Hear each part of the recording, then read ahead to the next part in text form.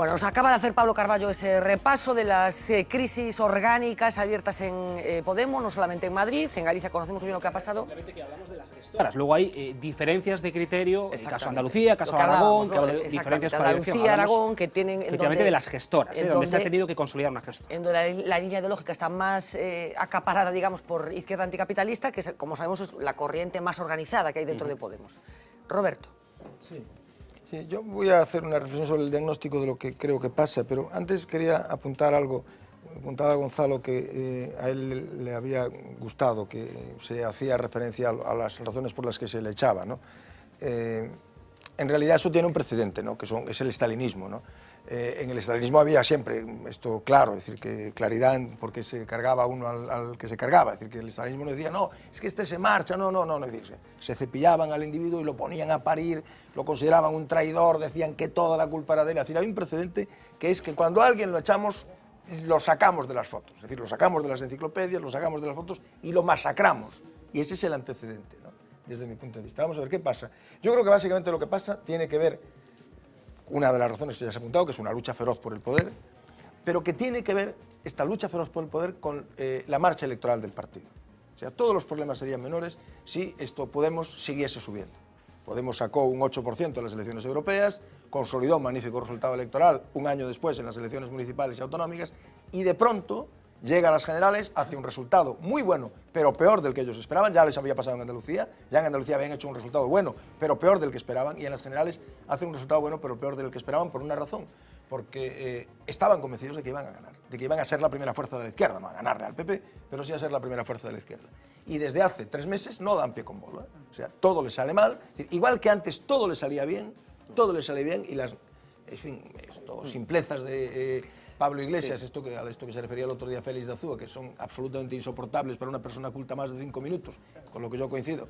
Resulta que se consideraban genialidades, pero de pronto en los partidos ocurren estas cosas, que todo empieza a salir mal, que todo lo que te sale bien, te sale mal, y es una especie de retroalimentación que te lleva al desastre electoral, que te lleva a lo que les ha llevado. Todas las encuestas le dan que bajan, todas las encuestas le dan que Pablo Iglesias ha pasado de ser el líder mejor valorado a ser el peor valorado, incluso en algunas encuestas por debajo de Mariano Rajoy, que ya es decir, cuando yo creo que el problema tiene que ver con esto. Y el problema es que esto no se resuelve en los partidos nunca de manera democrática. Es decir, esa idea que alguien compró, porque bueno, hay gente que compra todo, hay gente que compra de todo, de que iba a haber un partido democrático. No hay partidos democráticos. Ya. Es mentira. Ver, en el año 1928 Robert Mitchell escribió un libro que se llamaba Los partidos políticos, haciendo una diagnosis de cómo funcionan los partidos que es perfecta. Y todos los partidos del mundo, todos, sin excepción, han funcionado así. No son democráticos, ningún partido ni es democrático ni va a ser nunca democrático.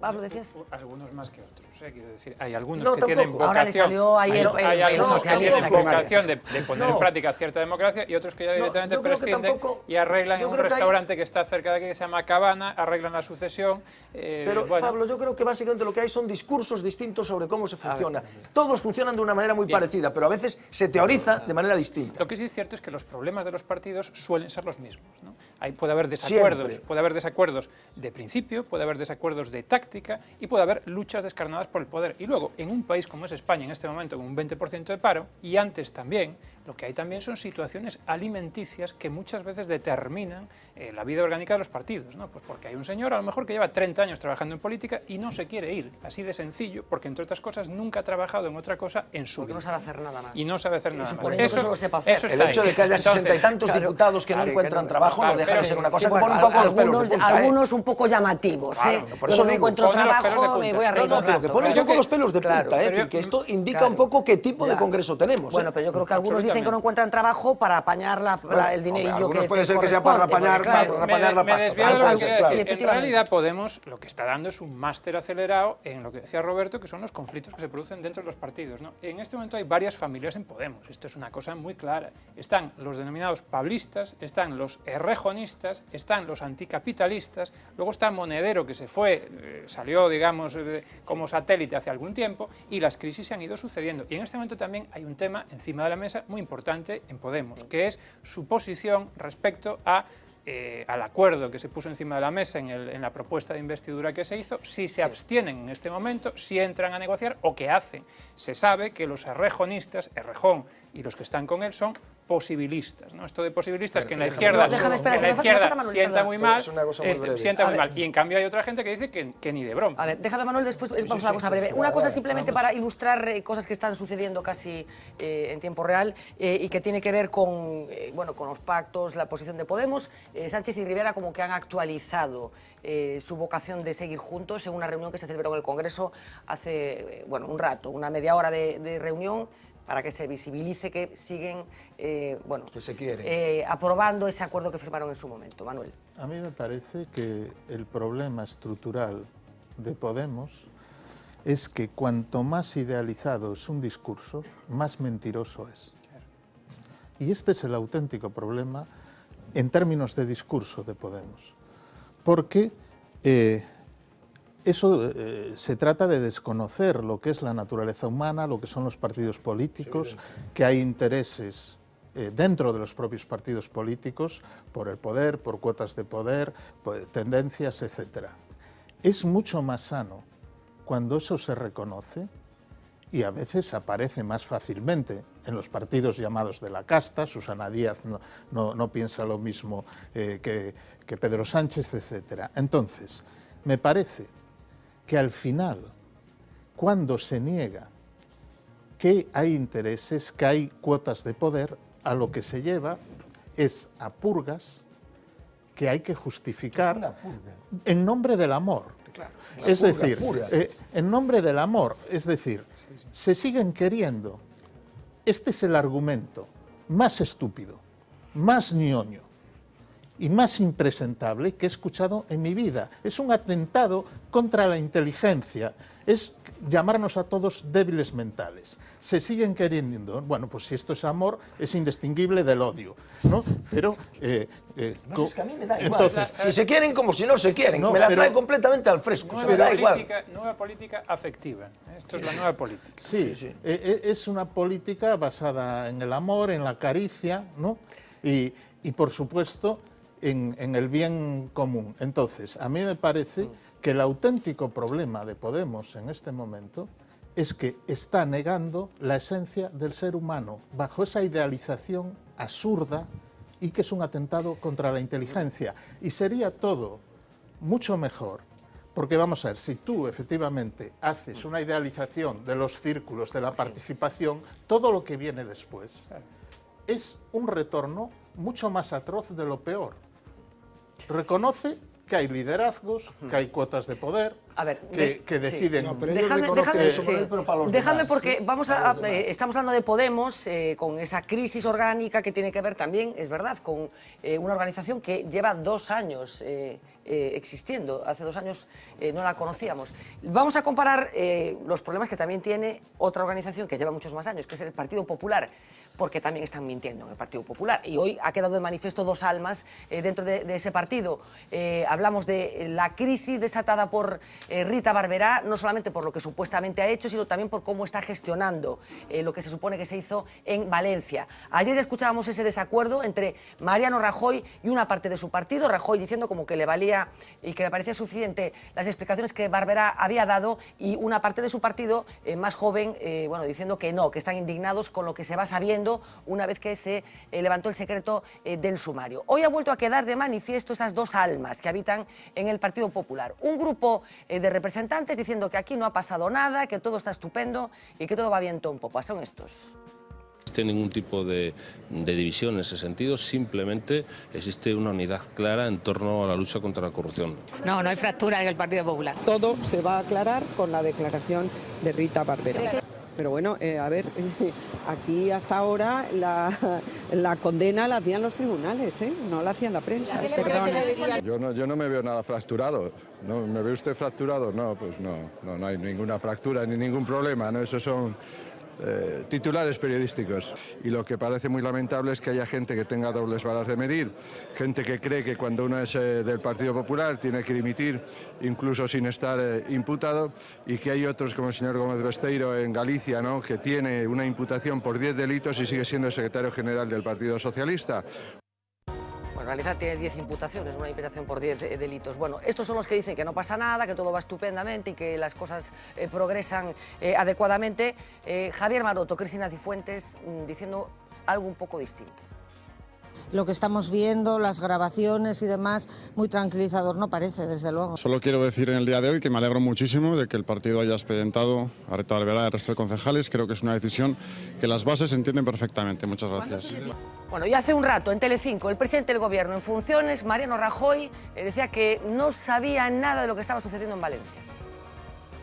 Yo no he tomado medidas, ni mi partido ni la Dirección Nacional, porque no teníamos ni idea de eso que está usted planteando. Esto lo hemos conocido ahora.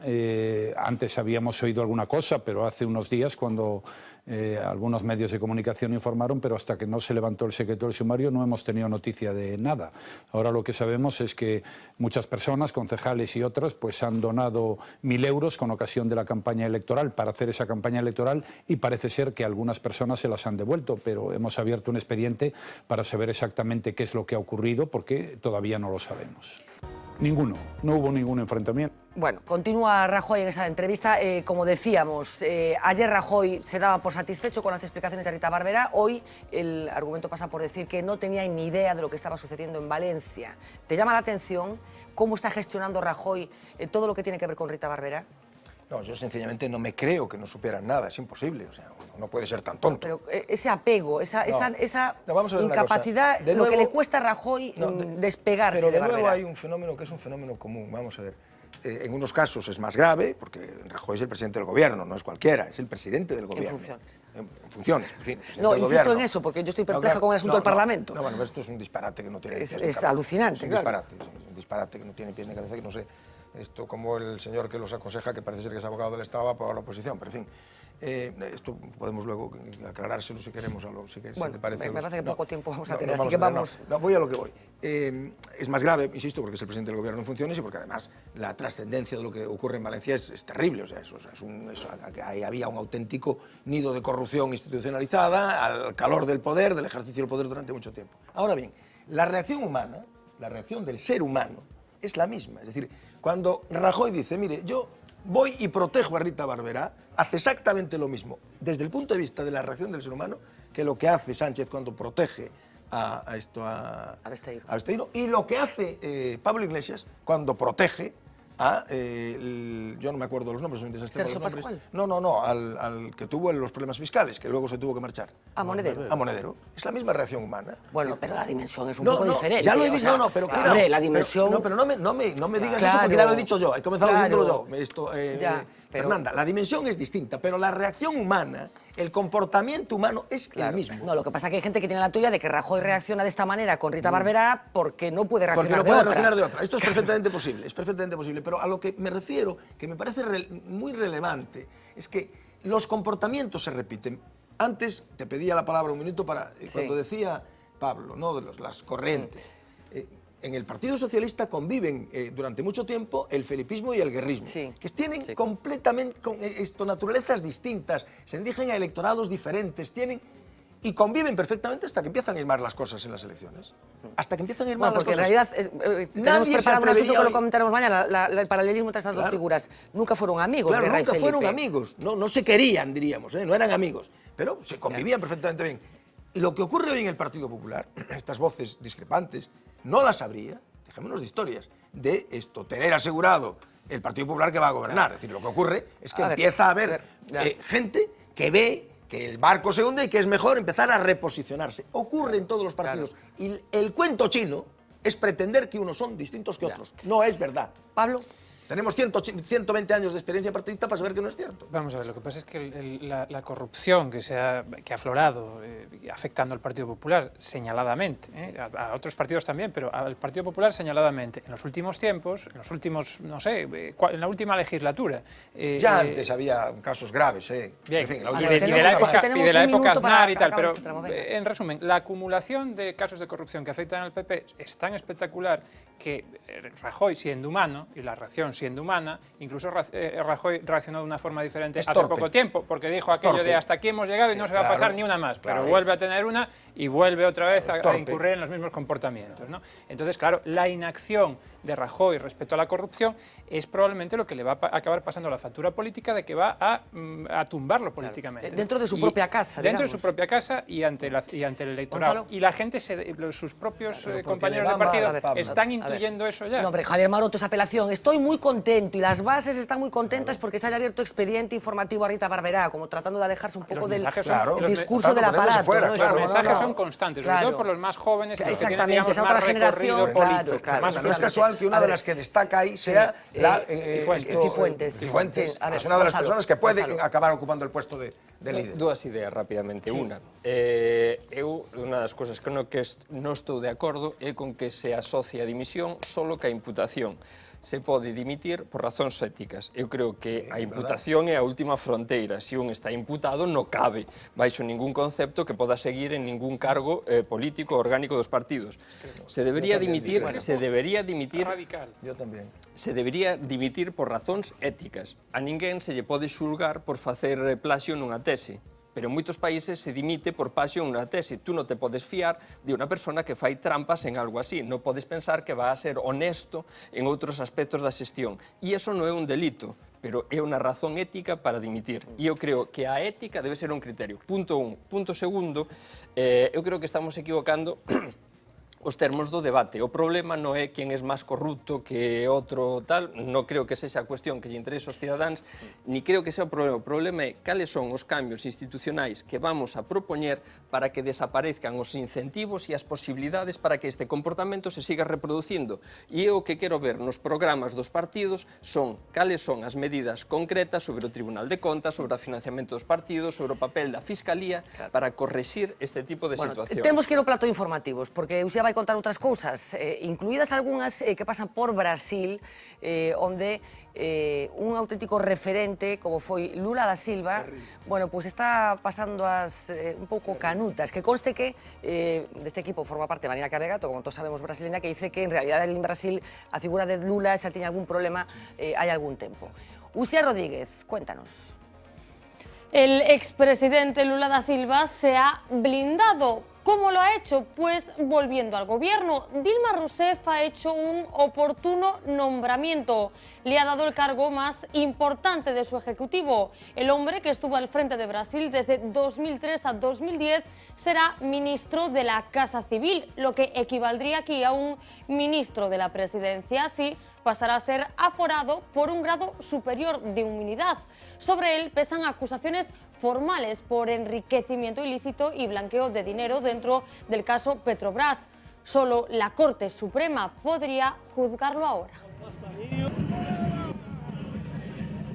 Se pasó 56 horas al teléfono y claro, le llegó una factura de 1.400 euros. El problema es que no lo hizo por hablar, sino porque al otro lado de la línea le prometieron que le iban a dar un trabajo para su hijo en paro. Le ha sucedido a una ama de casa de Murcia de 68 años. Vio un anuncio de televisión y marcó ese número de teléfono. Le advirtieron que si colgaba, su hijo de 36 años perdería la oportunidad de ganarse ese ansiado empleo. Se mantuvo despierta a base de cafeína. Era una línea de tarificación especial, un timo cada vez más común. De ahí esa abultada factura. Su caso ha sido dado a conocer con motivo del Día Mundial de los Derechos del Consumidor. Aunque le consiguieron una pequeña rebaja, tuvo que pagar el importe a plazos. Abusar del azúcar le va a salir caro a los fabricantes de bebidas en Reino Unido. A partir de 2018 comenzará a aplicarse un nuevo impuesto que penalizará el consumo de refrescos azucarados. La tasa no la pagarán los consumidores, sino las marcas. Otros países como Francia, Italia o México ya aplican un impuesto similar. La medida está destinada a reducir los altos niveles de obesidad infantil. Se espera recaudar al año unos 660 millones de euros. Para la siguiente historia que les vamos a contar, vamos a ponerles en situación. Una clase de dermatología, alumnos de medicina que se están preparando para presentarse al examen del MIR. Tocaba hablar de glándulas y al profesor se le ocurrió preparar un PowerPoint para comparar el trabajo que realizan determinadas glándulas del cuerpo con las chicas que van a las discotecas. Planteó el ejercicio como una fórmula mnemotécnica, pero se le fue de las manos y lo han acabado denunciando. A esos dos tipos de mujeres que comparaba con las glándulas las calificó como la guarra y la rancia. No solo se pasó con el nombre, también con las imágenes que acompañaban esa presentación. Unos cuartos de final de la Copa de Europa tienen de por sí altas dosis de tensión, pero el community manager del Bayern de Múnich se ha encargado de forma inintencionada de echar todavía más leña al fuego, todo por un tuit compartido por las cuentas oficiales del club y dedicado a su rival, a la Juventus de Turín. Una composición con el siguiente lema: Chi è la fine, aquí es el final. Hasta ahí todo bien. La polémica surge después por la imagen de una vía del tren que a muchos usuarios ha recordado a los finales de vía que acababan en los campos de concentración nazis. El club ya ha tenido que pedir perdón públicamente y ha lamentado lo que consideran simplemente un malentendido. El PSV ha asegurado que colaborará en la identificación de estos aficionados. Recuerden, los que se dedicaron a humillar a unas mujeres que pedían dinero en la Plaza Mayor de Madrid. Además, dicen que tomarán medidas severas contra todos ellos. Pero cuando todavía no nos hemos recuperado de esas imágenes, la cafrada del día corre a cargo de los ultras del Arsenal en Barcelona. Los aficionados del conjunto londinense la liaron así en una estación de metro. Encendieron bengalas en el interior y se ensañaron, como ven, con el mobiliario.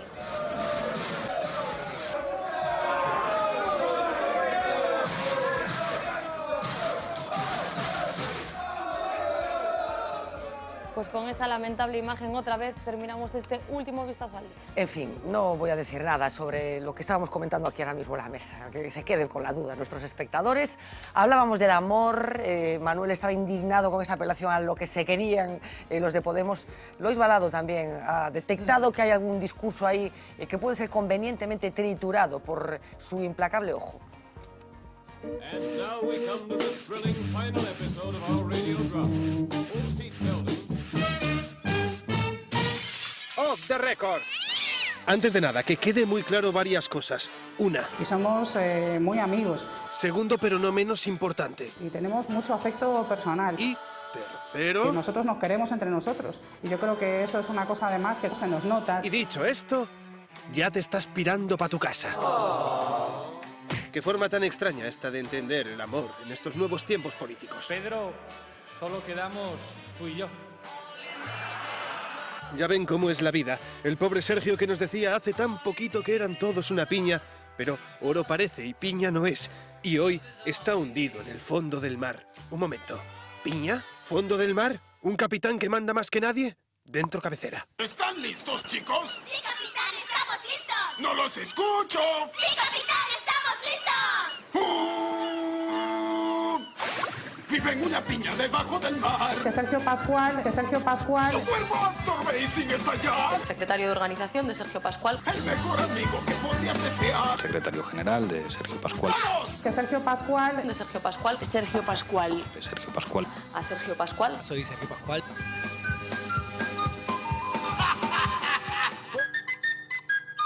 Porque Podemos son una organización especial. Recopilemos. Su propuesta de gobierno se basa en el amor. Sus crisis no son crisis, sino que son... Bueno, yo creo que ha habido problemas de organización interna. Que suena un poco, solo un poco, eso de vieja política. Es un tema absolutamente interno de organización interna. Pero no lo es, porque en Podemos... pasan cosas. Y sin embargo, los partidos del régimen, como el PP... hacen cosas. Que son cosas... Cosas.